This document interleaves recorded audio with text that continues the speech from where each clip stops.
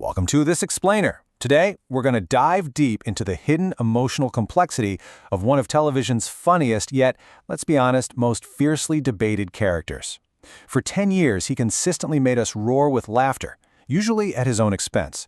But today, we're bypassing the punchlines. We're going to look directly at the underlying psychology driving those laughs.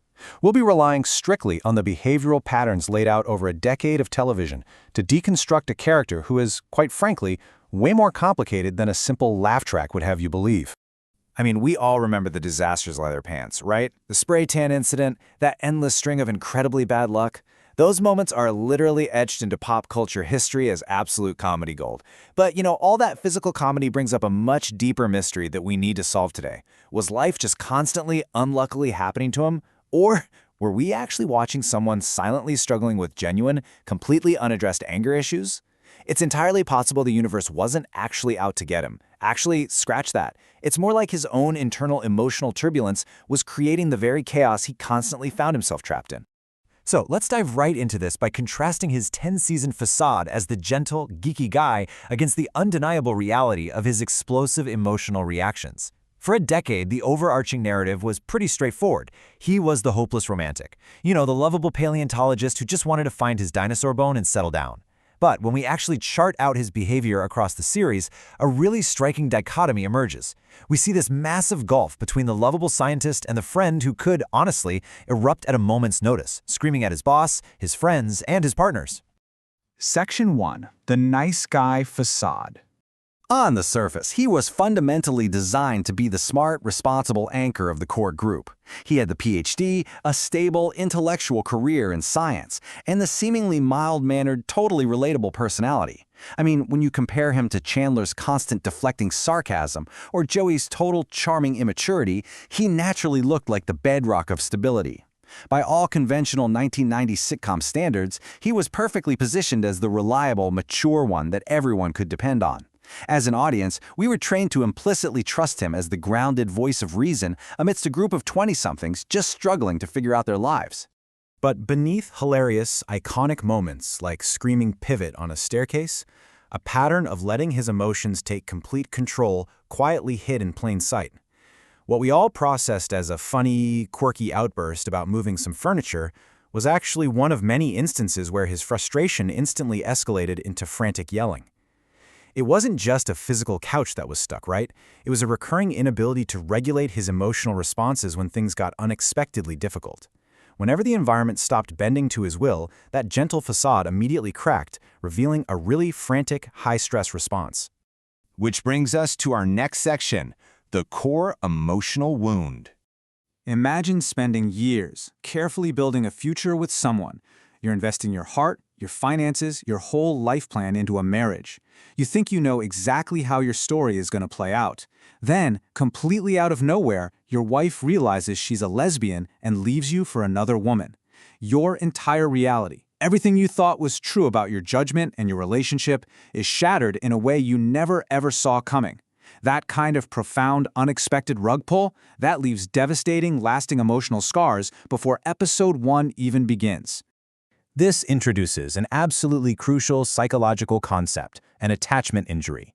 It perfectly defines the unresolved humiliation and deep-rooted insecurity he carried into the show. An attachment injury literally rewires your brain's emotional baseline. Instead of assuming relationships are a safe harbor, your brain is now hardwired for hypervigilance. You are constantly anticipating the next betrayal. While the show consistently treats his divorce as a lighthearted, recurring punchline, its impact on his fundamental, biological ability to trust a romantic partner is absolutely impossible to ignore. His brain was constantly telling him that safety was just an illusion. Section 3. Fear of abandonment. Is this about Mark? This infamous line questioning Rachel's priorities wasn't just simple, everyday jealousy. No way. It revealed a deep-seated, constant expectation that he would eventually be abandoned. He loved her from afar for years, but the absolute second they actually got together, his subconscious fear of losing her just grabbed the steering wheel. He became intensely threatened by her coworker Mark and really struggled to accept her growing, demanding career. He wasn't angry because she was finally finding professional success. He was terrified. Terrified because his history taught him that people you love eventually slip away when you aren't looking. And this brilliantly illustrates his poor emotional regulation, which we saw play out tragically during the infamous "we were on a break" incident. Instead of pausing and processing his fear or hurt in a healthy, communicative way, he feels rejected and instantly makes an impulsive, catastrophic choice. And then, rather than owning the core vulnerability of that mistake, he spends years, literally multiple seasons of television, defensively trying to justify the technicalities of the timeline. This cycle of feeling hurt, reacting impulsively, and then building a fortress of justification, that is a classic hallmark of someone drowning in unresolved emotional trauma. Moving on to Section 4, Anger as a Mask. When he famously screamed, "My sandwich," at work, resulting in a forced leave of absence, he was actually carrying the crushing weight of compounding life stressors. Think about it. He was navigating a second, humiliating divorce. He was enduring intense, mounting workplace stress. And underneath it all, he was dealing with profound feelings of isolation, watching his friends pair off and succeed while his own life felt totally stagnant. That Thanksgiving leftover sandwich wasn't just a sandwich. It was the absolute final straw for a man carrying 100 other invisible burdens that had simply become entirely too heavy to hold. Psychologically speaking, his anger wasn't random at all. It was a protective shield utilized whenever he struggled to adapt to unexpected change. This is what therapists call a secondary emotion. And, well, we all do this to some extent in our everyday lives. It's so much easier and feels a lot more powerful to project loud, righteous anger outward than it is to look inward and admit you feel completely helpless, incredibly sad, or deeply insecure. Anger basically acts as a tough bodyguard for our most vulnerable feelings. When we map this out, a remarkably clear pattern emerges that totally recontextualizes his entire character. His surface jealousy, that actually masks a deep-seated insecurity about his own worth. His sudden shouting outbursts masks an underlying pervasive fear that his life is falling apart. His endless defensiveness masks a lingering shame from his failed marriages. Even his obsessive, grating need to be right about absolutely everything, whether it's evolution, grammar, or a relationship argument, it was all about maintaining control. It is deeply ironic that a paleontologist, someone whose entire career revolves around studying millions of years of unpredictable change, absolutely hated unpredictability in his own life. And finally, Section 5, Toxic or Misunderstood. Here's the entire paradox of his character, summed up perfectly. Being a good person doesn't automatically mean you're emotionally healthy. He was never malicious or cruel just for the sake of it. He was deeply, profoundly caring.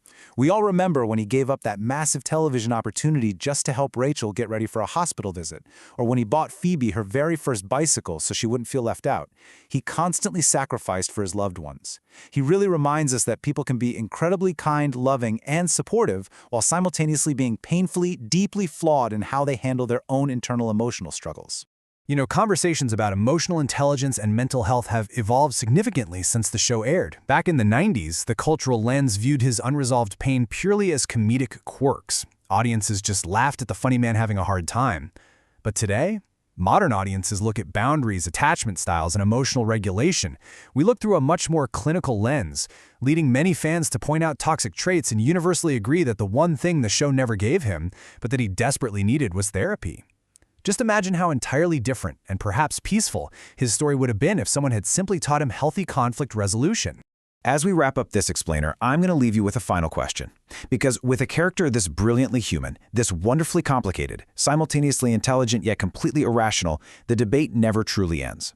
So is his behavior an entirely understandable human reaction to genuine, repeated relationship trauma, or is it simply unacceptable and toxic for a grown adult, regardless of what he went through? Take a look at the psychological facts and patterns we've outlined today. Apply them to your own perspective and decide for yourself. Thank you so much for joining me for this deep dive.